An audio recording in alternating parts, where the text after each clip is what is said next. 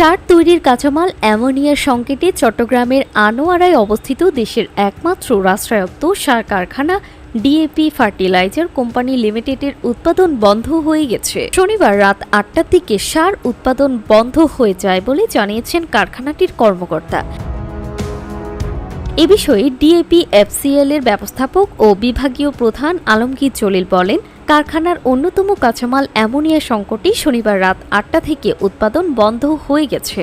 আমরা Chittagong urea fertiliser limited এবং Karnaphuli fertiliser company limited থেকে অ্যামোনিয়া পেয়ে থাকি। বর্তমানে কারখানা দুটি বন্ধ রয়েছে। এই দুটি কারখানা চালু হয়ে অ্যামোনিয়া সরবরাহ না করা পর্যন্ত ডিএপিএফসি বন্ধ রাখা ছাড়া উপায় নেই।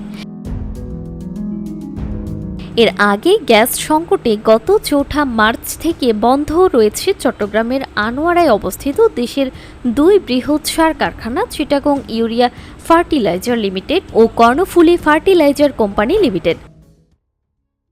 জানা গেছে, দেশের কৃষি খাতে সুষম সারের ব্যবহারের নিশ্চিতকরণ এবং ক্রমবর্ধমান যৌগিক সারের চাহিদা মেটানোর লক্ষ্যে শিল্প মন্ত্রণালয়ের আওতায় বিসিআইসি নিয়ন্ত্রণাধীন ডিএপিএফসিএল প্রতিষ্ঠিত হয়। চট্টগ্রামের আনোয়ারা উপজেলার রাঙ্গাদিয়ায় দৈনিক ৮০০ টন ডিএপি সার উৎপাদন ক্ষমতা সম্পন্ন দুটি পৃথক ইউনিট নির্মাণ করা হয়। নির্মাণ কাজ শেষে এই কারখানা ২০০৬ থেকে ডিএপি সারের বাণিজ্যিক উৎপাদন শুরু করে।